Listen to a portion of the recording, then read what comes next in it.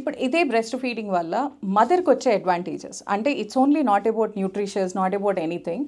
ఇందులో మనకు వచ్చే అడ్వాంటేజెస్ ఏంటంటే ఈ ఫీడింగ్ ఇచ్చేటప్పుడు బ్రెస్ట్ క్యాన్సర్స్ అంటే స్టడీస్ హ్యావ్ క్లియర్లీ ప్రూవన్ అండి 25-30% బ్రెస్ట్ క్యాన్సర్స్ని ప్రివెంట్ చేసుకోవచ్చు.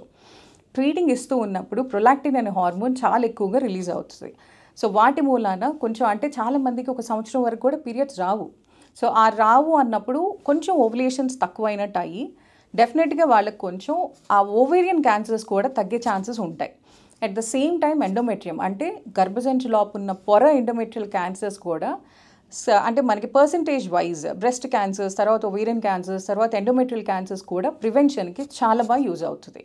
అండ్ అపార్ట్ ఫ్రమ్ దిస్ గర్భసంచి అంటే ఒక డెలివరీ అయిన మదర్కి గర్భసంచి ఎప్పుడు కూడా 20 వీక్స్ అంటే బొడ్డు వరకు ఉంటుంది, ఒకేసారి కంప్లీట్గా ష్రింక్ అయిపోదు. సో దాని సైజుకి రావడానికి ఒక ఆక్సిటోసిన్ అనే హార్మోన్ అంటే దాని దగ్గరికి తీసుకొచ్చే కన్స్ట్రిక్ట్ చేసే హార్మోన్ బ్రెస్ట్ ఫీడింగ్ వల్ల రిలీజ్ అవుతుంది. ఇది రిలీజ్ అవటం వల్ల చక్కగా బ్రెస్ట్ అంటే మన యుట్రస్ చక్కగా దగ్గరికి వచ్చి బ్లీడింగ్స్ వాళ్ళకి తక్కువ అవుతాయి. సో దీనికి ఆల్మోస్ట్ మేము పోస్ట్ డెలివరీ హెమరేజెస్ అంటాం, పీపీహెచ్ పోస్ట్ పార్టమ్ హెమరేజెస్ అంటాం. సెకండ్ వీక్లో కూడా హెవీ బ్లీడింగ్తో కొంతమంది మదర్స్ వస్తారు. బ్రెస్ట్ ఫీడింగ్ చేసే మదర్స్కి ఈ ఛాన్సెస్ చాలా తక్కువగా ఉంటాయి. అపార్ట్ ఫ్రమ్ దిస్ మనం ఆల్రెడీ డిస్కస్ చేసినట్టు బాండింగ్ మదర్కి పోస్ట్ పార్టమ్ అంటే తర్వాత డిప్రెషన్స్ ఇవన్నీ కూడా మూడ్ స్వింగ్స్ అనేవి కూడా చాలా తగ్గుతూ ఉంటాయి. ఆ ట్రస్ట్ ఫ్యాక్టర్ డెవలప్ అయ్యి ఆ ఎఫెక్షన్ ఫ్యాక్టర్స్తో వాళ్ళకి క్యూర్ ఆ సైకలాజికల్ స్ట్రెస్ అనేది బ్యూటిఫుల్గా రెడ్యూస్ అవుతూ ఉంటుంది. ఇది అంతా కాకుండా thyroid cancers because of hormonal రెగ్యులైజేషన్కి థైరాయిడ్ క్యాన్సర్స్ని కూడా ప్రివెంట్ చేస్తున్నాయని వెరీ మైన్యూట్ స్టడీస్ ఉన్నాయి. But it is going to be protected. ఇదంతా పక్కన పెడితే బ్రెస్ట్ మిల్క్లో క్యాలరీస్ విపరీతంగా బర్న్ అవుతాయి. సో డెలివరీ అప్పుడు అంటే మనం ప్రెగ్నెన్సీ అప్పుడు మన ఇంట్లో వాళ్ళ గారాబం కావచ్చు, లేదంటే మనకు ఆకలేసి తినొచ్చు, లేడీస్ కొంచెం వెయిట్స్ పుట్ ఆన్ అయ్యే ఛాన్సెస్ ఎక్కువగా ఉంటాయి.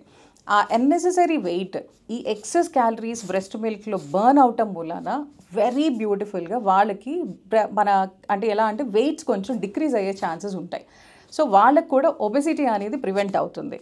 సో ఒబెసిటీ వల్ల వచ్చే ఏవైతే ఉంటాయో అవన్నీ కూడా లైన్డప్ చేసుకొని ప్రివెన్షన్స్ అవుతాయి.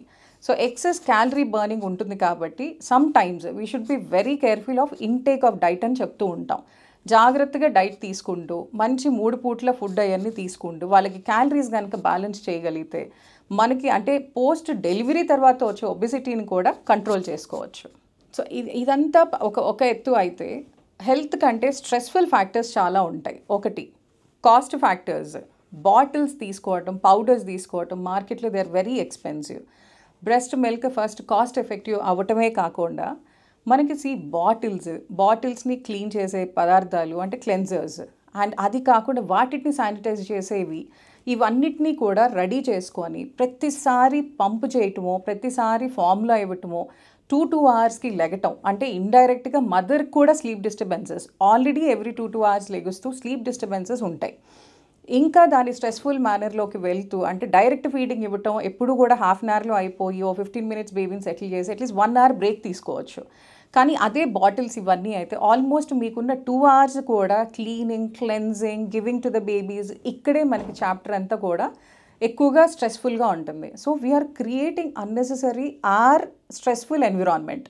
ఆ ఎన్విరాన్మెంట్ నుంచి కూడా మీరు బయటికి రావడానికి బ్రెస్ట్ ఫీడింగ్ డైరెక్ట్గా హెల్ప్ఫుల్ అవుతుంది. సో ఇండైరెక్ట్లీ ఫ్యామిలీకి మీకు సైకలాజికల్ స్ట్రెస్ కూడా తగ్గుతుంది.